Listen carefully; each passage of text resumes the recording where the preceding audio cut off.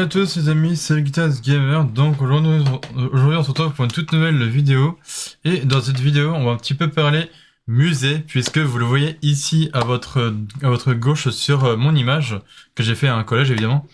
Puisque ces derniers temps, entre fin juin et début juillet, je suis allé voir deux expositions à Paris qui ont été pour moi très intéressantes, puisque il y a une chose que je ne vous ai, je pense, jamais dit sur ma chaîne YouTube, c'est que, en gros, la première chose, c'est que, par rapport à Ramsès, l'Égypte, c'est un truc que j'adore le plus au monde, puisque, premièrement, je suis allé pour la toute première fois de ma vie en Égypte, donc j'ai voyagé en Égypte, donc je suis parti en colonie là-bas, évidemment, donc c'était très sympa, voilà. Après, une chose que je vous déconseille, parce que, l'Égypte, c'est beau, mais la seule chose que je vous déconseille, c'est de partir là-bas en été. Donc, tout ce qui est genre juin, juillet, août, ça, vous oubliez.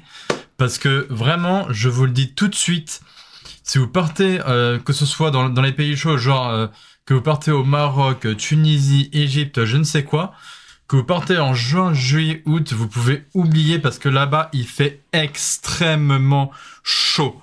Voilà. C'est-à-dire que moi, je suis parti de la France, il faisait un petit 20, allez, on va dire, il faisait un petit 20-25 degrés à peu près. Et je suis arrivé là-bas, je vous jure, hein. Je suis arrivé en Égypte, il faisait 40 degrés. Voilà, il faisait genre 20 degrés de plus. Donc c'était vraiment une dinguerie. C'est pour ça que je vous déconseille vraiment de partir en été dans ces pays-là. J'ai fait pareil justement quand j'étais parti une fois au Maroc aussi, j'étais parti en plein été et pareil, il faisait super chaud là-bas.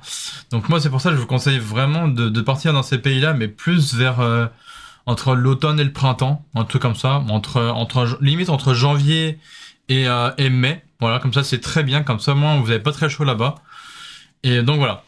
Donc en tout cas, par rapport à l'expo de Ramsès II, donc qui se déroule, depuis le 7 avril évidemment à la Grande Halle de la Villette à Paris. Je crois que c'est dans le 19e arrondissement si je ne dis pas de bêtises. Donc pour moi ça a été une exposition très intéressante puisque déjà elle a commencé le 7 avril, je suis allé la voir en mois de juin, donc c'est-à-dire avril 2 mois après du coup, voilà. Et donc du coup pour moi ça a été très intéressant dans le sens que on peut voir déjà dans une première chose, tout ce que les Égyptiens peuvent faire, plus actuellement parce que je pense que voilà les Égyptiens de l'époque maintenant ils n'existent plus, tout ce qui était les rois etc, les rois, les princes ainsi de suite, maintenant ils sont morts maintenant. Voilà. Et du coup en fait ça nous raconte vraiment ce qu'ils avaient pu faire, à l'époque du coup. Et là en fait cette exposition là donc sur Ramsès II, ça parle vraiment de lui en particulier. Donc ça a été un roi, faut dire. C'était donc le roi Ramsès II du coup. Parce qu'il me semble que des Ramsès, il y en a eu pas mal, je crois, mais je sais pas combien il y en a eu en tout, mais en tout cas il y en a eu pas mal. Je voudrais pas dire de bêtises, donc c'est pour ça que je vous dis que je sais pas combien il y a de Ramsès, mais tellement il y en a eu quoi. C'est comme en France avec les rois Louis, alors ça c'est pareil, il y en a eu je sais pas combien des Louis, bref. Voilà, les Ramsès en Égypte c'est pareil. Nous en France on a eu les Louis je sais pas combien, jusqu'à je sais pas combien. Eux en Égypte ils ont eu les Ramsès jusqu'à je sais pas combien. Voilà, comme ça au moins affaire réglée, comme ça au moins c'est bon pour vous. Donc voilà, donc ce que je vais faire c'est que moi j'ai pris quelques photos là-bas quand j'étais là-bas, donc à la Grande Halle de la Villette, donc à Paris encore une fois. Et la deuxième exposition que j'ai été voir, c'est donc le fameux labyrinthe de Tim Burton. Et là, il faut savoir que, déjà, première chose, il faut savoir que Tim Burton, c'est un gars, mais genre que j'adore, puisque depuis mon enfance, je regarde, mais alors de ses, je n'arrête pas de regarder quasiment de ses films animés, mais dans le sens que, il y a un truc que j'aime bien chez lui, c'est déjà c'est pas forcément des films d'animation qui font peur ou quoi, puisque pas du tout en fait, pas du tout. Mais il y a toujours une morale en fait dans ces histoires, dans ces films d'animation, et c'est ça que je trouve assez intéressant au final. Voilà, mais il y a vraiment beaucoup de ces films d'animation que j'ai pu voir, même étant enfin, étant petit jusqu'à même adulte, hein, même là, à mon âge adulte, je regarde encore de ces films d'animation, dont là, dernièrement, j'ai pu voir la série Mercredi. Voilà. Là, juste derrière moi, vous pouvez voir que j'ai un poster sur donc la série Netflix Mercredi Adams. Voilà, tout simplement. Et donc, celle-là, je trouvais assez intéressant. Donc, c'est pour ça, hein, je vous ai dit dans ma dernière vidéo, je vous ai dit ouais, que je vous parlerai d'un de ces deux posters, puisque bah, l'autre, c'est, je pense que vous avez reconnu, c'est c'est Death Note, voilà, c'est le manga Death Note. Donc voilà, je les ai mis derrière moi, enfin, ça met pas de placard. Mais en tout cas, celle-ci, je la trouve assez intéressante. Enfin, après, ces deux posters-là, je les ai achetés dans un magasin, je sais plus, dont je sais plus le nom. Je crois que c'est B&M, un truc comme ça, c'est un magasin américain quoi, mais qui est arrivé en France depuis. Et donc c'est cette série qui s'appelle donc Mercredi, donc Wednesday donc en anglais. Et ben c'est, il y a une partie de lui en tout cas dans cette série de films donc de Mercredi, puisque bah ça raconte en gros bah l'histoire, hein, enfin pas vraiment l'histoire, mais je dirais ça, ouais on va dire ça raconte un peu l'histoire bah de la fille de la famille Adams, donc Mercredi tout simplement. Qui sont donc, enfin, qui va donc dans une nouvelle école avec son petit frère, hein, je sais plus comment il s'appelle, mais bon, bref. Et que bah, dans toute la saison, enfin dans toute la première saison en tout cas de Mercredi Adams sur Netflix, et ben dans un des épisodes, on retrouve l'oncle fétide et ça j'ai trouvé ça génial, un truc de fou. J'ai trouvé ça genre génial de pouvoir retrouver l'oncle fétide dans la série Mercredi quoi. Je trouve ça vraiment excellent. Bref, et aussi à savoir qu'évidemment il y aura donc la suite, enfin la saison 2 du coup de la série Netflix Mercredi, normalement si tout se passe bien l'année prochaine, voilà. Mais en tout cas par rapport à Tim Burton, il y a quand même pas mal de ces films d'animation, comme je vous ai dit, que je suivais depuis mon enfance, hein, donc tout ce qui est à base de Monsieur Jack, les Noces funèbres, Frank Winnie, je sais pas quoi, enfin vous savez l'histoire entre le garçon et son petit chien là, vous savez qui meurt et qui après il veut absolument ressusciter, mais façon un petit peu Frankenstein, mais version chien, enfin voilà. Je pense que vous savez de quoi je parle. Voilà. Mais voilà, il y a vraiment de ces trucs que j'adore dans la façon de faire de Tim Burton, c'est ce genre de films d'animation qui font vraiment pas peur du tout. Même si vous êtes encore jeune, genre, je sais pas, que vous avez allez, si vous avez entre 10 et 17 ans, franchement, mais regardez-les, quoi. Vraiment, regardez-les. C'est vraiment un conseil que je vous donne. Bon, après, enfin, ceux qui ont entre 10 et 13, 14 ans, on va dire, je vous déconseille un petit peu la série Mercredi parce que, bah, il y a des moments un petit peu bizarres, hein. Voilà quoi. Mais non, sinon après, bon, la série Mercredi, elle est quand même assez rigolote. Mais voilà, Tim Burton, c'est un peu son univers de personnages un peu bizarroïdes comme ça qui surgit de nulle part, on sait pas, hein. On sait pas d'où ça vient. Mais c'est toujours des trucs de l'étrange, en tout cas, voilà, c'est toujours des personnages étranges qui sortent de son imagination à Tim Burton, c'est qui est vraiment qui est vraiment un peu limite on se demande si Tim Burton il serait pas un peu fou dans sa tête, puisque bah c'est vraiment des personnages assez étranges, soit ils vont être contents, soit ils vont être je sais pas un peu méchants, ou soit un peu je sais pas des personnages qui vont être je sais pas qui vont être un petit peu bizarres ou qui vont être tristes, enfin je sais pas, ça dépend des fois. Mais en tout cas, tous les films d'animation que j'ai pu voir de lui justement, de Tim Burton, bah ça a vraiment des histoires morales vraiment. Mais c'est pour ça que je vous les conseille à fond quoi, vraiment à fond. Que ce soit à base de je sais pas de Monsieur Jack, de Alice au Pays des Merveilles aussi qu'il a fait en version film, pas la version Disney évidemment, pas la version Disney, mais bien la version film de Tim Burton, ainsi que Charlie et la chocolaterie que j'avais oublié évidemment, parce que ça aussi c'est de lui, voilà. Et Mars Attack aussi que je vous conseille très bien puisque je l'avais vu à l'époque, c'était vraiment très bien, j'avais adoré. Et oui, parce que Mars Attack c'est de lui aussi, voilà. Même moi, je me rappelais plus que ce film, qui est donc Mars Attack, et bah c'est aussi de lui. Voilà. Moi, je connaissais ces classiques, hein, tels que Frank Winnie, Alice au Pays des Merveilles, Charlie et la chocolaterie, Jack Skellington, enfin l'étrange Noël de Monsieur Jack, quoi. Il y a pas longtemps, j'ai regardé du coup Les Noces funèbres, voilà, donc Voilà, après moi je connaissais que ces classiques, mais genre tout ce qui est, enfin le seul que je ne me rappelais plus qui était de lui, c'était en gros Mars Attack, voilà. Donc bah je venais de me rappeler en regardant l'exposition, enfin en allant voir justement l'exposition de Tim Burton, que donc que le personnage, enfin l'extraterrestre en tout cas qu'on voit dans Mars Attack, que c'était en gros de lui. Voilà, donc je vais pas trop, enfin je vais plus trop tarder, je vais vous montrer quelques photos d'ailleurs. Donc c'est ce que je vais faire de suite. Donc on va commencer tout simplement on va commencer par les photos que j'ai prises quand j'ai été voir donc l'exposition de Ramsès II donc le 24 juin. Donc bon, il n'y en a pas beaucoup évidemment, hein, puisque j'avais pris en particulièrement le sarcophage. Voilà, j'allais dire les cercueils, mais non, enfin, ça s'appelle pas vraiment comme ça. C'est dans les Égyptiens, ils appelaient ça plutôt un sarcophage. Voilà. Donc, je vais vous montrer ça de suite. Donc, vous voyez, là, je l'avais vraiment pris du dessus. Vous savez quoi, je vais carrément agrandir ça. Voilà, comme ça. Je l'avais carrément pris du dessus, hein, son sarcophage à Ramsès, du coup, enfin, à Ramsès II. Bon, évidemment, hein, la momie n'était pas dedans, je vais rassure tout de suite. Certes, c'était des vrais objets ramenés du coup d'Égypte, mais tout le reste était conservé du coup en Égypte. C'est-à-dire qu'ils ont vraiment ramené le sarcophage de Ramsès II, mais sans la momie du coup, enfin sans son corps mort, on va dire quoi.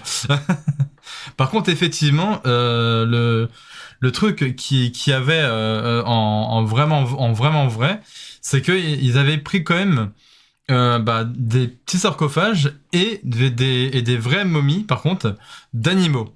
Voilà. Et ça, c'est vrai, par contre. Bon, pas tous les animaux non plus, mais par exemple, ils avaient pris un sarcophage et une momie, je crois, de scarabée, un truc comme ça. Donc là, tu te dis, what the fuck, clairement. Tu te dis, mais déjà, mais comment ils ont pu bandeler un scarabée et après le ramener jusqu'en France, hein, parce que ça voyageait quand même d'Égypte jusqu'en France, voilà. Et par contre aussi, ils avaient carrément pris aussi des momies de chats. Voilà. Donc what the fuck là aussi, puisque je sais pas, ça m'a fait bizarre de voir des momies de chats. Voilà. Pourquoi pas, hein. Donc voilà, pourquoi pas, why not, hein. Il y avait genre le sarcophage du chat plus la momie du chat, hein, du coup, on voyait bien à la forme de l'animal que c'est bien un chat, parce que il y avait les oreilles pointues, la tête, enfin de la tête jusqu'à la queue, quoi. Donc what the fuck en fait. Donc voilà. Donc je vais pas vous montrer toutes les photos, parce que bon voilà, ouais, là voilà, je l'ai pris de côté comme ça, hop. J'ai pris de derrière comme ceci, je l'ai pris encore du dessus et ainsi de suite. Voilà. J'ai pris un petit peu, je crois, son buste quelque part. Voilà, juste ici. Donc là, c'est le buste donc de la statue de Ramsès II. Je vais un petit peu vous zoomer carrément pour que vous puissiez voir un petit peu en détail. Voilà, donc c'est vraiment le buste de Ramsès II. Et moi, je vous dis tout de suite l'Égypte en tout cas, c'est vraiment mon truc qui fait partie Enfin, c'est un truc que j'ai adoré faire en tout cas. Donc voilà, celle-ci en tout cas, il me semble qu'elle est qu'elle a démarré en avril. Et si vous voulez y aller, évidemment, allez-y genre dès le début d'après-midi, parce qu'après c'est très vite blindé. Surtout pendant les vacances d'été, c'est très vite. C'est ce genre d'expo qui est très vite demandé et du coup très vite blindé quoi. Donc voilà. Maintenant je vais passer à l'autre exposition que j'ai fait. Du coup le 9 juillet, c'est-à-dire le même jour où je vous enregistre cette vidéo, que vous aurez donc vous le lundi 10 juillet. Voilà. Et d'ailleurs encore une fois, je vais à partir du jeudi 13 juillet et le vendredi 14 juillet aussi, je vais donc à la Japan Expo. Voilà, donc maintenant on passe sur mes photos que j'ai pris du coup à l'exposition de Tim Burton, donc le labyrinthe de Tim Burton. Donc c'est au même endroit en fait, tout simplement. Je vais vous montrer un petit peu l'image. C'est exactement au même endroit. C'est aussi à la Villette du coup. Donc vous pouvez prendre soit le métro 5 jusqu'au port de Pantin, ou soit le métro 7 jusqu'à Porte de la Villette, tout simplement. Voilà, donc si vous êtes en région parisienne comme moi, franchement allez-y, hein, faites-le. Hein, voilà, parce qu'en plus là c'est marqué, c'est jusqu'au 20 août. Voilà, donc ça a démarré, je crois, voilà, ça a démarré du 19 mai et c'est jusqu'au 20 août. Donc là, on est en mode juillet, donc il vous reste il vous reste quasiment un mois pour y aller. Donc vraiment, je vous la recommande, cette exposition, tellement elle est folle, quoi. Mais genre vraiment, allez-y, c'est vraiment, elle est incroyable. Voilà. Donc là, ça c'est l'entrée. Donc vous voyez, rien que l'entrée, ça donne envie, hein. Voilà quoi. L'entrée, c'est tout ceci là. C'est dans un grand chapiteau. Donc à la Villette à Paris, hein, évidemment. Donc je poste les détails, évidemment. Et donc la première photo que j'ai prise, bah, c'est une espèce de marionnette, on va dire. Voilà, c'était une sorte de marionnette. Et en fait, je crois que c'était au niveau de ses yeux et de sa bouche, je crois, enfin que de ses dents, je crois. Et enfin non, c'était surtout au niveau de ses yeux. En fait, il y avait je sais plus, un projecteur, voilà.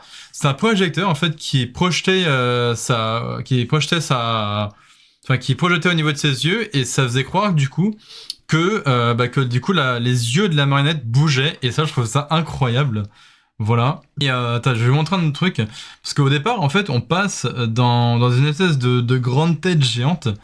Et c'était juste ici. Je vais vous montrer ça.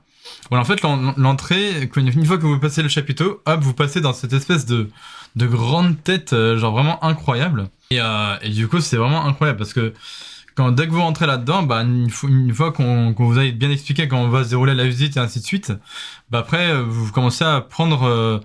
à voir les différents personnages de l'exposition de Tim Burton. Alors, le premier personnage que j'ai pu voir, en tout cas, et que je ne savais quasiment plus que ça venait de Tim Burton, je vais vous montrer ça tout de suite, c'est bien évidemment le pingouin dans Batman. Alors, je me rappelais plus, je me rappelais plus évidemment. Mais il faut savoir que à chaque fois que Tim Burton qu'il créait un personnage, c'était à chaque fois du noir et du blanc, parce que c'était un peu sa marque de fabrique, on va dire. Au niveau de ses couleurs, c'était toujours des personnages en noir et blanc. Donc là, par exemple, le pingouin dans un vieux, mais c'est genre le pingouin dans un vieux film Batman, hein. C'était pas dans les Batman d'aujourd'hui, c'était pas dans les Batman d'aujourd'hui, c'était genre dans les films Batman des années 80. Donc voilà, c'est très vieux, vous voyez, ça date d'il y a... Voilà quoi, bah du coup 20 ans, enfin non, on va dire peut-être pas 20 ans, mais 30 ans en arrière, on va dire. Voilà. Donc voilà, 30 ou 40 ans, je sais plus, bref. Donc voilà, parce que ça vient des années 80 du coup. Donc encore une fois, hein, je l'ai pris sous différents angles, évidemment je l'ai pris d'un petit peu plus près bien sûr. Donc, ouais, on voit bien son visage, ça c'est plutôt cool, avec son chapeau et ainsi de suite. Voilà. Ensuite, le deuxième personnage, bon c'est pas vraiment un personnage, mais bon je préfère vous le montrer quand même. C'était bien évidemment le costume du Joker. Donc pareil dans les films de Batman de l'époque, pas d'aujourd'hui bien sûr. Et du coup on peut voir tout son costume et ainsi que son espèce de canne là qui dépasse derrière son dos. Voilà, donc ça on reconnaît bien le Joker, hein, tout simplement. Ensuite je suis passé donc dans une autre salle. Donc faut savoir que entre la salle du pingouin de Batman et le costume du Joker, c'est exactement dans la même salle, puisque c'est différentes salles en fait que vous traversez dans le labyrinthe de Tim Burton. Voilà. Donc ensuite, j'étais dans une salle entièrement dédiée à Alice au Pays des Merveilles, puisque vous pouvez reconnaître la tête du chat juste ici. Donc, là, j'avais pris en photo, mais en fait, il se déplaçait parce qu'en fait, c'était pareil, c'était un projecteur qui projetait sa tête un peu partout dans la salle. Et en fait, ça donnait l'impression qu'il se déplaçait un peu partout à droite à gauche, quoi. Voilà, là, on le voit un petit peu mieux avec les yeux ouverts, avec son grand sourire, là. Alors, je crois que c'est le Chapelier Fou, non, je sais plus.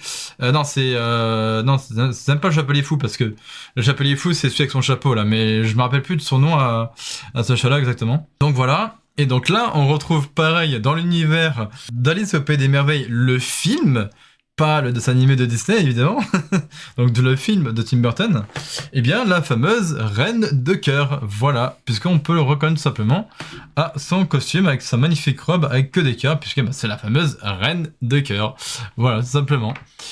Aussi simple que ça. Pareil, hein, toujours dans l'univers d'Alice au Pays des Merveilles, le film, hein, évidemment, toujours. On peut voir le garde... l'espèce de carte, on va dire, qui sert de garde à la Reine de Cœur, voilà, tout simplement. Et alors, juste ici, on a donc le fameux, alors je crois que c'est Victor, que j'ai pu voir, donc le film d'animation il y a pas longtemps, qui s'appelle donc Les Noces Funèbres, voilà. Donc c'est pareil, toujours noir et blanc, Voilà, donc ça m'arrête de faire vite, on va dire. Et pareil, celui-là, je vous le recommande. Parce que c'est pareil, hein, il y a vraiment une morale dans cette histoire, c'est un truc de fou. C'est pour ça que je vous recommande ce film d'animation. Il s'appelle donc Les Noces funèbres. Alors, il me semble que celui-là, il est sur Amazon Prime, du coup. Puisque bah, je regardais un petit peu partout, voir s'il était sur Netflix ou Disney+. Rien de tout ça. Et uniquement, soit il va être sur la plateforme Warner, je sais pas quoi, ou Amazon Prime. Donc voilà, vous regarderez sur un des deux. Aussi simple que ça. Ensuite, donc là, bah, c'est la mariée, hein, donc dans la noce funèbre, évidemment. Puisque bah, Victor, on va dire, se marie hein, avec donc cette jeune femme qui est donc, enfin, en gros, qui est genre morte, hein, voilà, dans le film d'animation. Ensuite, pareil. Donc là, alors ce personnage, en fait, ils expliquaient dans un texte que ce personnage n'apparaissait pas, en tout cas, dans un des films de Tim Burton, enfin, où que en fait, il n'est sur aucune plateforme, puisque bah, ce personnage, en fait, il était juste un film d'animation que sur Internet. Alors, je sais pas sur quoi, voilà. Mais en tout cas, il n'était pas sur des plateformes de diffusion ou quoi. Il était vraiment quelque part sur Internet, mais je ne sais pas où. Voilà, il faudrait que je regarde, il faudrait que je me renseigne. Donc voilà, apparemment, c'était je sais plus comment il s'appelait, le garçon coquillage ou je sais plus quoi. Enfin bref. Alors ensuite, voilà, je vous fais un gros zoom dessus d'ailleurs. Le fameux, juste ici, voilà, le fameux Édouard aux mains d'argent. Donc voilà, celui-là, il était vraiment très très bien fait. Celui-là, j'ai apprécié. Et en plus, bah, dans le film, c'est Johnny Depp qui l'incarne. Donc vraiment très beau film hein, de Tim Burton, celui-là. Puisque, bah, ouais, il y a juste rien à dire, c'est vraiment un très beau film, ce Édouard aux mains d'argent, du coup. Et voilà, et donc du coup, bah, pareil, encore une fois, noir et blanc, les couleurs, hein, évidemment. Et puis avec l'ombre, là, ça donne vraiment un truc stylé, quoi. Voilà. Donc là, bah, c'était oui, dans le film, c'était la sculpture qui faisait, donc la sculpture de glace, hein, évidemment. Aussi simple que ça. Donc voilà, hein, tout simplement. Pareil, donc là, c'est moi avec la statue d'Edouard aux mains d'argent, hein, évidemment. Elle a ensuite, voilà. Donc là, j'ai pris sa main parce que, bah, pour qu'on voit un petit peu les genres de ciseaux qu'il avait à la place des mains, hein, évidemment. Donc voilà. Et là, c'est aussi le fameux, donc toujours un personnage en noir et blanc, bien sûr. Donc le fameux Beetlejuice, voilà, je vais y arriver. Donc voilà, et en sachant que je crois que c'est l'année prochaine aussi que Tim Burton va réaliser donc le 2, donc Beetlejuice 2, que j'attends vraiment avec impatience, je pense que vous aussi d'ailleurs. Mais le premier, c'était vraiment une dinguerie, voilà. S'il y en a qui l'ont pas encore vu, bah, le premier Beetlejuice, je vous le recommande vraiment à 100%, puisque bah, c'est vraiment une dinguerie cette histoire aussi. Il y a aussi une morale dans cette histoire. De toute façon, dans tous ces films à Tim Burton, il y a toujours des morales. Voilà. Donc voilà. Ensuite, voilà, le fameux là aussi personnage de l'alien dans Mars Attack, hein, qu'on peut voir hein, clairement. Donc bon, c'est vrai que ça fait longtemps que j'ai pas revu ce film, mais ce film est vraiment incroyable aussi.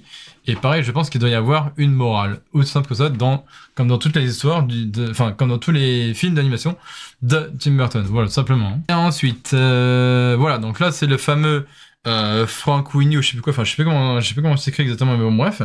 Donc c'est tout simplement l'histoire entre un petit garçon et son chien qui au début, que le petit garçon apprend la mort de son chien, mais que en fait le petit garçon il veut absolument pouvoir ressusciter son chien on va dire en Frankenstein mais version chien, puisque bah on peut le voir juste ici au niveau de son cou qu'il a des espèces d'écrous ou je sais pas quoi, et qu'il a donc des coutures, bah tout comme Frankenstein quoi.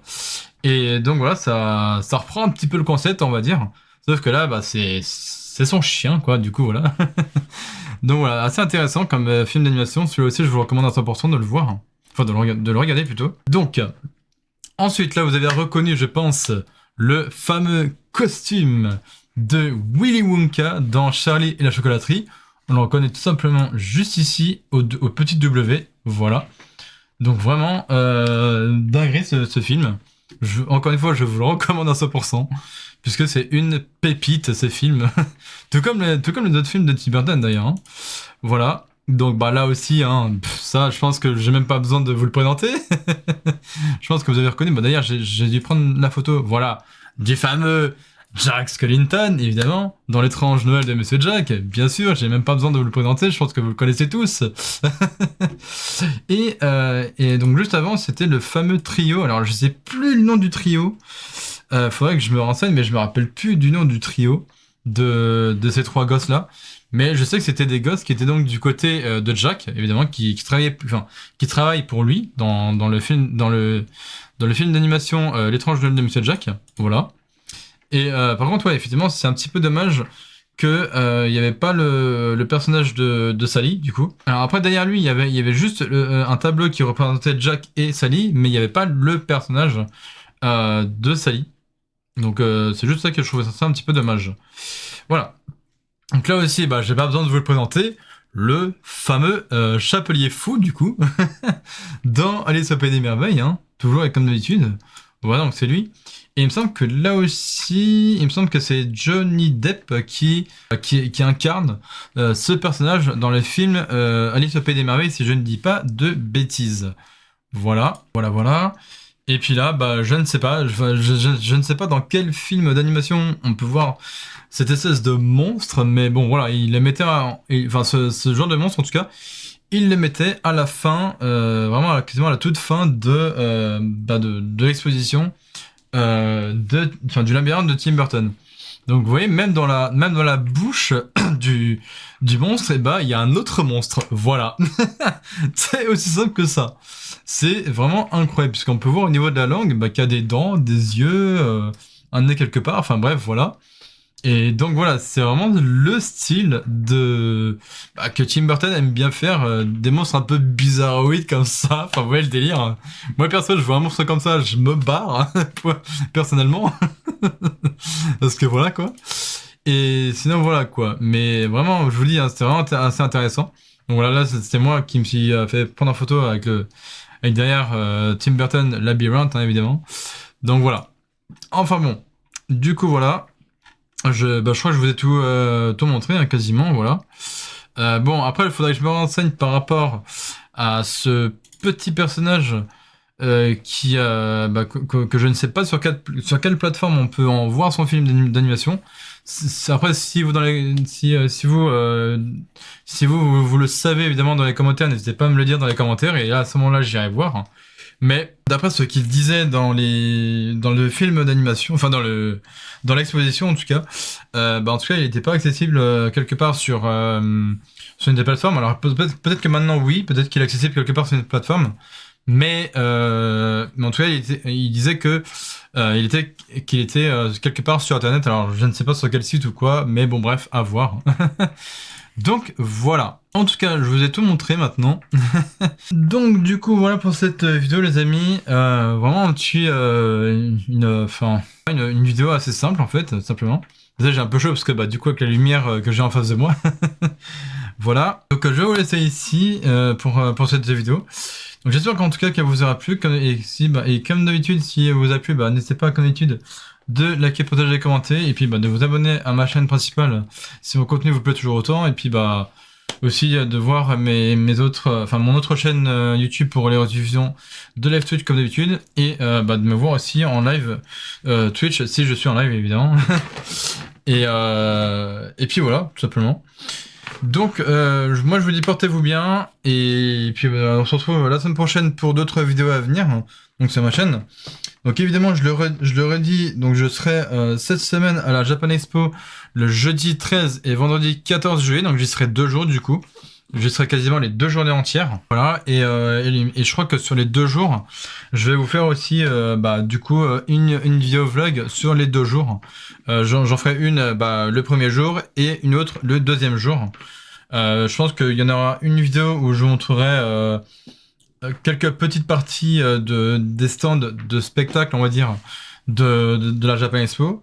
Et d'autres où, enfin, une autre vidéo que je ferai vendredi, 14 juillet du coup, où je vous montrerai vraiment les stands dans le Japan Expo où vous pouvez en gros acheter des trucs, que ce soit des goodies, des mangas, etc. Et ainsi de suite quoi.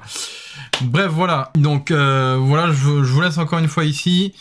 Et n'hésitez pas à me dire ce que vous pensez, en tout cas de ces deux expositions dont je vous ai parlé là.